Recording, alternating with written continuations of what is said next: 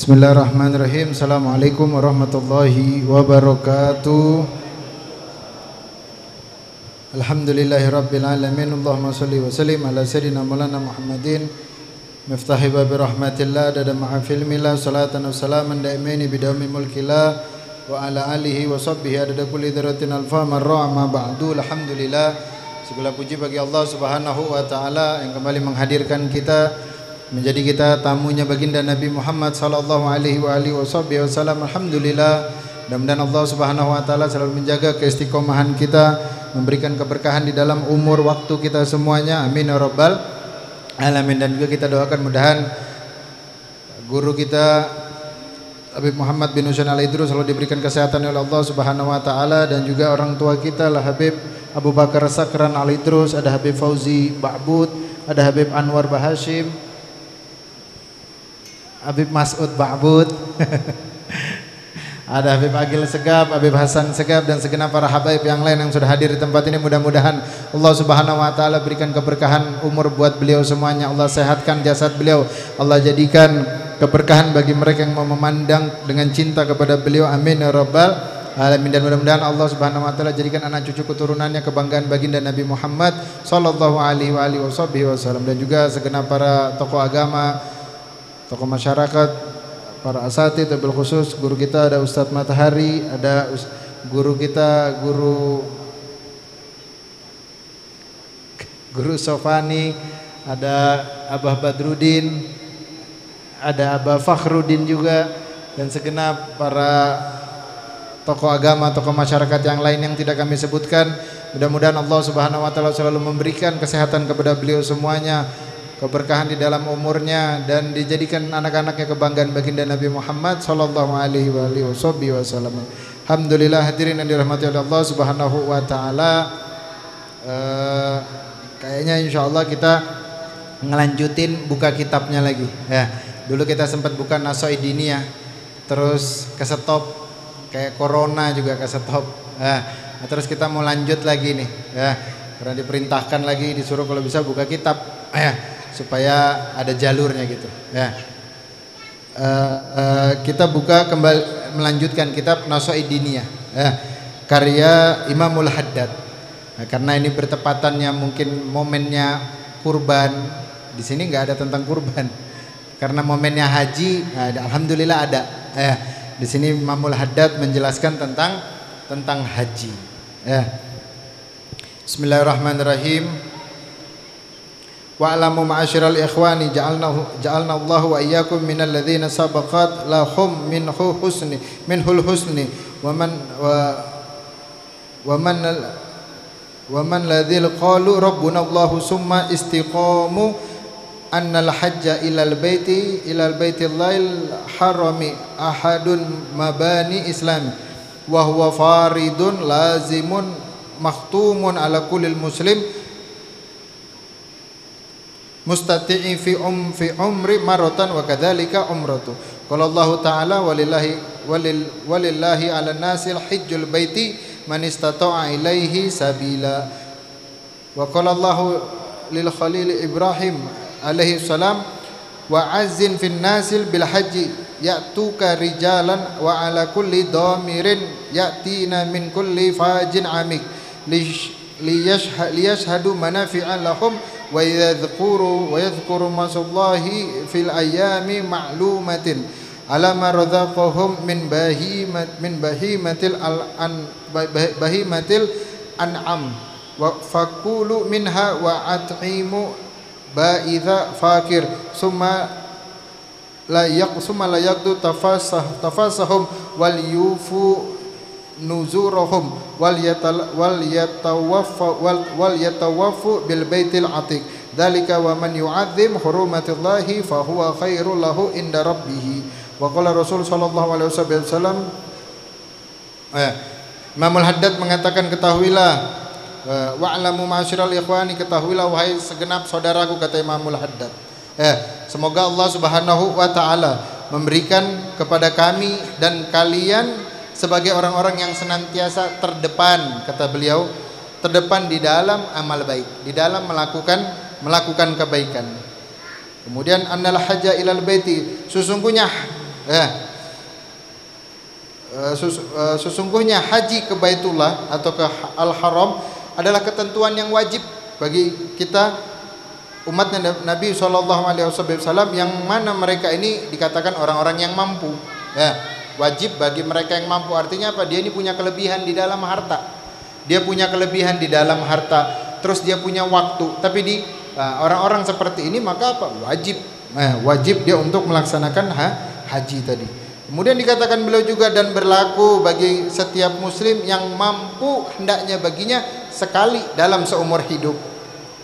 Sekali dan seumur hidup. Begitu juga umroh, haji begitu juga, umroh juga begitu juga, minimal paling enggak setahun sekali di dalam seumur hidup kita.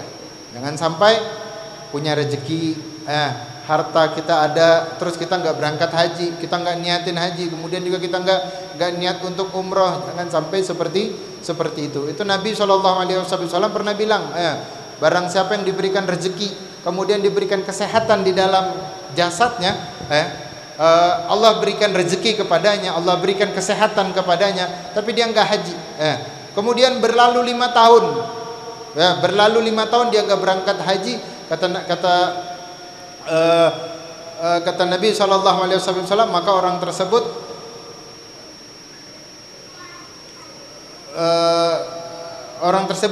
apa itu?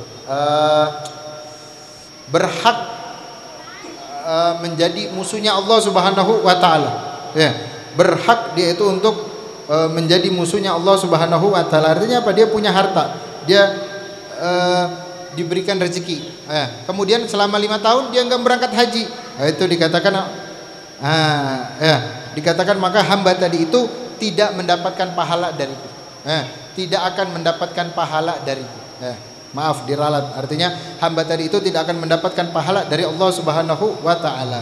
Makanya bagi mereka yang memiliki kelebihan di dalam hartanya, gunakan harta tersebut untuk berangkat haji, untuk berangkat haji atau untuk berangkat umroh. Kemudian juga dikatakan, wa qala Allah taala walillahi 'alan nasil hajjul baiti man istata'a ilaihi sabila.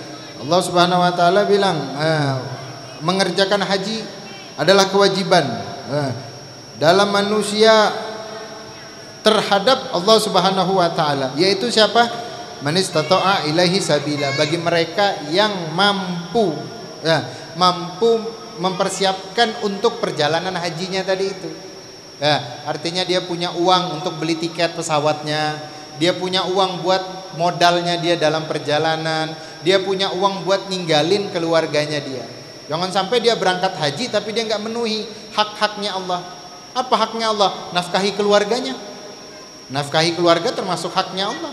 Maka jangan sampai dia mau berangkat haji, dia maksa, dia jual ini jual itu, ternyata dia berangkat uangnya kurang, ngutang. Ketika ngutang berangkat, alhasil istrinya nggak dinafkahi, anaknya nggak dinafkahi, sehingga dia berangkat dalam keadaan zolim terhadap keluarganya. Makanya kalau mau berangkat haji, lihat-lihat, mampu nggak kita ini? Oh, saya punya harta, mampu untuk ninggalin anak, mampu ninggalin istri, silakan. Dengan modal sekian, dengan harta sekian, insya Allah cukup untuk 1 bulan, silakan berangkat, silakan daftar.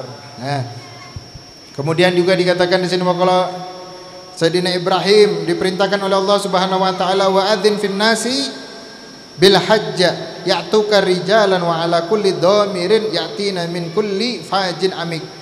Allah Subhanahu wa taala perintahkan kepada Sayyidina Ibrahim alaihissalam. Kata Allah Subhanahu wa taala, panggil manusia untuk mengerjakan haji, niscaya mereka akan datang kepadamu dengan berjalan kaki atau mereka mengendarai dengan unta yang kurus, yang mereka datang dari segenap penjuru, kata Allah Subhanahu wa taala. Itu Nabi Ibrahim ketika diperintahkan oleh Allah Subhanahu wa taala untuk manggil, wa'adzin finnas bil haji yatuka. Nabi Ibrahim bingung, ya Allah, saya dahulu kan di Mekah itu gak rame orang tinggal, gak rame. Kemudian dibangunkan Ka'bah sama Nabi Allah Ibrahim alaihissalam. Selesai dia bangun, dia bersyukur, dia sholat di setiap rukunnya 1000 rakaat. Kemudian dia doa sama Allah. Kemudian Allah perintahkan panggil manusia untuk berangkat haji. Kata Sayyidina Ibrahim, ya Allah, bagaimana mungkin suara saya gak akan sampai sama mereka? Suara saya manggil orang, ayo berangkat haji, gak akan sampai. Bagaimana caranya ya Allah? Kata Allah Subhanahu wa taala, apa? Engkau yang panggil, saya yang ngundang. Engkau yang panggil, nanti saya yang ngundang. Wah, subhanallah, para ulama bilang, itu panggilannya Sayyidina Ibrahim alaihissalam nyampe ke alam ruh, alam sebelum manusia diciptakan. Jadi sebelum manusia diciptakan ada namanya alam dzar atau alam ruh, alam arwah. Di situ Allah Subhanahu wa taala manggil dari Nabi Allah Ibrahim alaihissalam kepada semua manusia yang ada itu, termasuk kita semuanya. Dan para ulama bilang, yang mereka jawab panggilan Sayyidina Ibrahim, labbaik Allahumma labbaik, dia berangkat tuh 1 kali haji atau umrah. Yang jawab 2 kali, dia berangkat 2 kali. Yang berangkat 3, yang jawab 3, 4, 5, dia berangkat sesuai dengan jawabannya tadi itu. Sesuai dengan jawabannya tadi itu. Maka dia yang dengar, dia yang jawab panggilan dari Allah tadi, dari Sayyidina Ibrahim, maka dia jawab. Ketika dia jawab, dia diizinkan oleh Allah Subhanahu wa taala untuk berangkat haji tadi itu. Atau berangkat umroh. Makanya niatin kita untuk berangkat haji, atau paling enggak kita minimal niatin untuk berangkat umroh. Sebab barang siapa, itu dikatakan Imam Al-Junaid, beliau bilang, barang siapa yang dia niat dengan 1 amal baik, maka Allah akan bukakan baginya 70 pintu taufik. 1 niat amal baik, Allah bakal buka baginya 70 pintu taufik. Maka jangan sampai kita ini tidak niat. Dari sekarang niatin, ya Allah saya niat mau berangkat haji, ya Allah dari sekarang saya niat mau berangkat umroh, niatin. Kemudian dengan ikhtiar, dengan sungguh-sungguh, dengan benar-benar mau berangkat haji, niatin. Bagaimana caranya? Nabung sedikit-sedikit, nggak apa-apa ya Allah, saya punya mungkin 50.000 dalam sebulan, nabung, niatin untuk haji. Maka yang tadi itu niatnya dicatat sama Allah, orang tadi apa? Berangkat haji. Walaupun dia wafat belum berangkat haji, tapi dicatat sama Allah dia niat berangkat haji. Makanya jangan sampai kita ngeremehin niat. Itu Nabi SAW pernah cerita, ada salah seorang miskin, kemudian dia tinggal di kotanya, yang hidupnya ini orangnya miskin semua. Kadang diantara mereka bahkan bangkai, ada yang hidupnya susah juga, susah. Maka si orang miskin tadi keluar dari kotanya tadi, dia masuk ke kota sebelah. Ketika dia lihat di kota sebelah, ternyata kota sebelah ini lebih miskin dari kotanya dia, lebih miskin dari kotanya dia. Maka si miskin ini, kata Nabi SAW, dia niat, ya Allah, saya nggak tega nih ngeliat orang-orang yang ada di kota ini. Ya Allah, seandainya gunung itu adalah roti dan punya saya sedekahkan untuk kasih makan mereka semuanya. Saya sedekahkan untuk kasih makan mereka semuanya. Sehingga selesai berlalu, si orang tadi miskin tadi selesai, dia niat seperti itu, pulang. Ketika pulang di jalan, dia ngeliat orang yang rupanya ganteng, cakep, orang yang khusus pokoknya. Maka ketika tadi ditanya, engkau namanya Fulan bin Fulan, maka si miskin tadi bilang, iya saya si Fulan bin Fulan. Kenapa? Saya nabi yang ada di zaman ini, dan Allah perintahkan sama saya untuk menyampaikan kepada kamu bahwa sedekahmu tadi sudah diterima sama Allah Subhanahu wa taala. Si miskin tadi kaget. Sedekah apa? Saya enggak sedekah. Sedekah 1 gunung roti. Sedekah 1 gunung roti tadi diterima oleh Allah Subhanahu wa taala. Lihat, kalau kita mau ambil ke belakang tadi, lihat apa kata si miskin tadi. Ya Allah, seandainya gunung ini adalah roti. Dia enggak bilang saya sedekahkan semuanya, enggak. Tapi dia tambah, dan itu punya saya. Akan saya sedekahkan semuanya untuk ngasih makan orang ini. Lihat, dia niat sedekah dengan kemilikannya. Bukan milik orang lain, ya Allah seandainya ini motor orang, saya sedekahin untuk yang lain. Enggak. Tapi niat, kalau ini gunung roti punya saya sedekahkan untuk kasih makan orang semua itu. Lihat, gara-gara niatnya seperti itu, Allah terima. Makanya jangan remehkan niat. Jangan remehkan itu. Ya Allah saya niat mau berangkat haji, tanamkan dari sekarang. Ya Allah saya mau berangkat haji, niatin ya Allah saya mau berangkat haji, nabung 50.000 kah 1 bulan kah, 100.000 1 bulan kah, mau 500.000 1 bulan, yang penting niat. Tahu, ketika kita niat seperti itu, keluarnya kita dari rumah, Allah hitung niatnya orang haji. Ketika kita pulang ke rumah, Allah catat niatnya orang haji. Ketika kita ngelakuin amal baik dari uang tadi, Allah catat niatnya untuk berangkat haji. Oh, dia kerjanya mungkin apa? Tukang bangunan.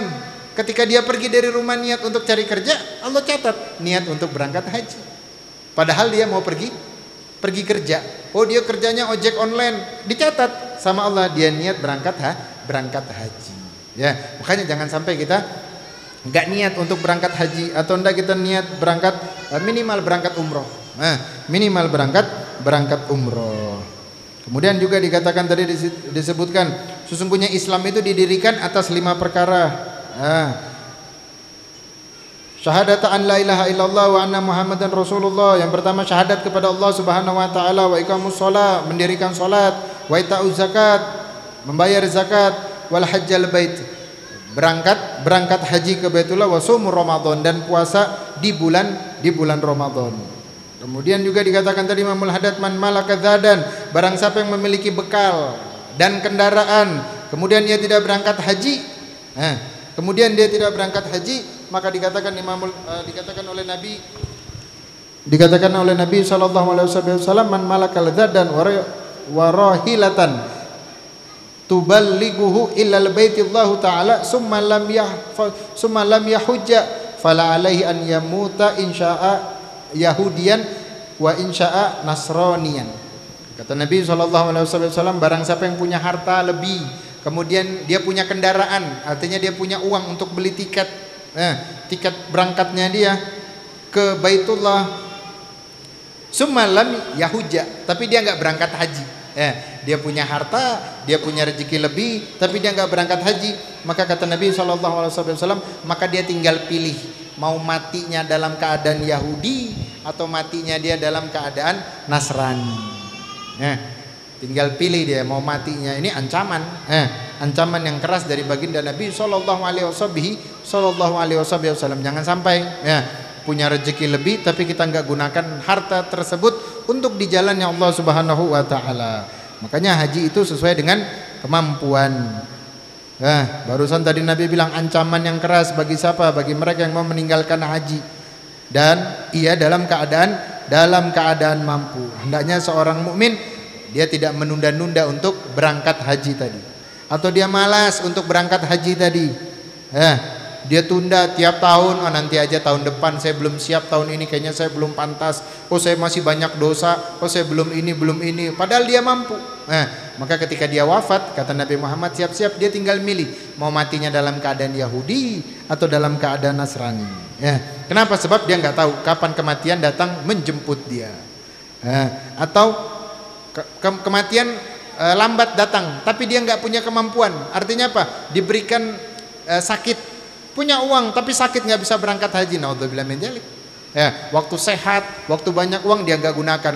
Sudah sakit, sudah mungkin tidak bisa itu, baru dia sadar, harusnya saya berangkat haji dulu, harusnya saya ini, ternyata wafat. Kata Nabi Muhammad, tinggal pilih mau matinya dia dalam keadaan Yahudi atau dalam keadaan Nasrani. Kenapa? Karena sebab orang tadi sudah masuk wajibnya dia untuk berangkat haji. Dia punya harta, dia punya rezeki. Maka sebab haji itu adalah apa? Pertemuan dengan Allah Subhanahu wa taala. Latihan untuk kematian. Orang nggak punya pakaian, yang nempel sama dia kain ihram aja 2 helai. Mau yang kaya, yang miskin di situ sama, nggak ada bedanya. Yang kaya, yang miskin semuanya sama, nggak ada bedanya. Kemudian ngamal di dalamnya sama-sama tawaf, sama-sama sa'i, sama-sama lempar jumroh, sama-sama mukim di Musdalifah, nanti berangkat ke Mina, semuanya sama, nggak ada khususnya. Dan itu dikatakan apa? Persiapan bekal kita ketika kematian datang. Artinya apa? Nggak punya apa-apa kita, nggak punya apa-apa. Makanya bagi muslim hendaknya dia untuk niat berangkat haji, walaupun dia pikir dia belum mampu, tapi hendaknya dia untuk niat. Kenapa? Niat itu memperluas amal kita. Beda dengan amal. Kalau amal butuh biaya. Saya mau berangkat haji, mau mengamalkannya butuh biaya, pakai uang. Tapi ketika niat nggak ada batasan. Oh saya mau niat haji 100 kali, niatin haji 100 kali. Umur cuma 60 tahun, niatnya 100 kali. Yang dicatat sama Allah 100 kali. Bukan yang umur tadi, enggak. Tapi yang dicatat sama Allah 100 kali tadi itu. Makanya niatin yang banyak. Jangan ngeremehin niat. Jangan ngeremehin niat. Oh saya niat mau berangkat haji 100 kali. Yang penting tadi kita bilang, dia punya ikhtiar, dia punya niat, kesungguhan. Allah melihat terhadap hambanya kesungguhan. Allah nggak ngelihat kamu punya uang banyak, kamu punya harta banyak, berangkat haji, Allah nggak ngelihat itu. Tapi yang Allah lihat kesungguhan. Kamu mau berangkat haji, sungguh-sungguh niatin, bener-bener mengamalkannya, nabung, nabung sehingga tadi itu dihitung amal ibadah kepada Allah Subhanahu wa Ta'ala. Kemudian kata Nabi SAW, afdol jihad al-hajj, paling afdolnya jihad adalah berangkat haji. Kemudian dikatakan sesungguhnya ibadah haji menghapus dosa sebelumnya. Orang yang berangkat haji itu dihapuskan dosa-dosanya dia sebelumnya. Kemudian kata Nabi SAW, man hajjal falam yafus walam yafsuk kharaja min dhunubihi. Kata Nabi SAW, barang siapa yang pergi haji kemudian dia enggak kata kotor, dia enggak berbuat buruk, enggak melakukan perbuatan fasik, maka keluar dari tubuhnya dosa-dosanya. Maka ia keluar dosa-dosanya pun seperti seseorang yang baru dilahirkan oleh ibunya. Dia berangkat haji kemudian enggak berkata buruk, enggak melakukan perbuatan buruk, maka dia keluar seperti bayi yang baru lahir dari ibunya. Berangkat haji enggak ngeluh, waduh makanannya enggak enak, waduh capek perjalanannya panas. Jangan, enggak boleh kita ngeluh seperti itu. Dilarang. Jangan kita berkata buruk. Jangan kita mengamalkan perbuatan buruk. Makanannya nggak enak, waduh jalannya capek. Kalau mau enak pergi liburan, bukan pergi haji. Nabi bilang, orang yang pergi haji itu berdebu, lelah. Bahkan dikatakan as-safar nisful azab. Safar itu perjalanan setengah dari azab. Artinya apa? Nggak enak dalam perjalanan. Yang biasanya kamu tidur lurusin kaki, ketika di perjalanan tidurnya kakinya dibengkokin. Kenapa? Karena lagi duduk. Ada yang tidurnya berdiri, nggak enak. Begitu juga orang haji, nggak ada yang enak. Bahkan disebutkan Nabi ketika berangkat haji naik kendaraan, untanya itu apa tuh? Pelatihnya, tempat duduknya itu kumuh, kusuh sudah tipis, sudah kurang bagus gitu. Nabi berangkat haji pakai keadaan yang sangat lusuh seperti itu. Kenapa? Nggak ada memang mau yang enak. Oh saya mau haji yang enak, yang ini. Ya memang ada disiapkan. Akan tapi jangan ngeluh di dalamnya. Jangan aduh makanannya nggak enak, aduh saya gini. Kalau makanan nggak enak beli di luar, makan sendiri di luar. Oh kamarnya nggak enak begini. Kalau mau enak tidur di masjid, niat itikaf. Jangan ngeluh, jangan berbuat yang buruk. Jangan ngelakuin amal buruk. Kenapa? Nggak akan jadi haji mabrur. Nggak akan jadi haji mabrur. Terus apa? Sungguh-sungguh minta maaf sama Allah. Sebab semua dosa itu diampuni ketika orang berangkat haji. Semua dosa diampuni ketika dia berangkat haji. Akan tetapi ada dosa yang nggak diampuni sama Allah. Ketika dia berangkat haji apa? Itu dikatakan Nabi Muhammad bilang, ketika orang tadi wukuf di Arafah, kemudian dia berkeyakinan dosanya nggak akan diampuni oleh Allah. Oh ini seburuk-buruknya dosa. Seburuk-buruknya amal yang paling buruk kata Nabi Muhammad ya orang seperti ini. Kenapa? Ketika dia di Arafah, dia menganggap dosanya nggak diampuni oleh Allah Subhanahu wa Ta'ala. Mudah-mudahan Allah Subhanahu wa Ta'ala berikan kita rezeki untuk kita berangkat haji. Allah berikan kita kesungguhan untuk kita berangkat haji. Allah berikan kita kesehatan, keberkahan umur, rezeki untuk kita bisa berangkat haji insyaallah. Amin ya rabbal alamin. Kurang lebihnya al-fakir minta maaf. Assalamualaikum warahmatullahi wabarakatuh.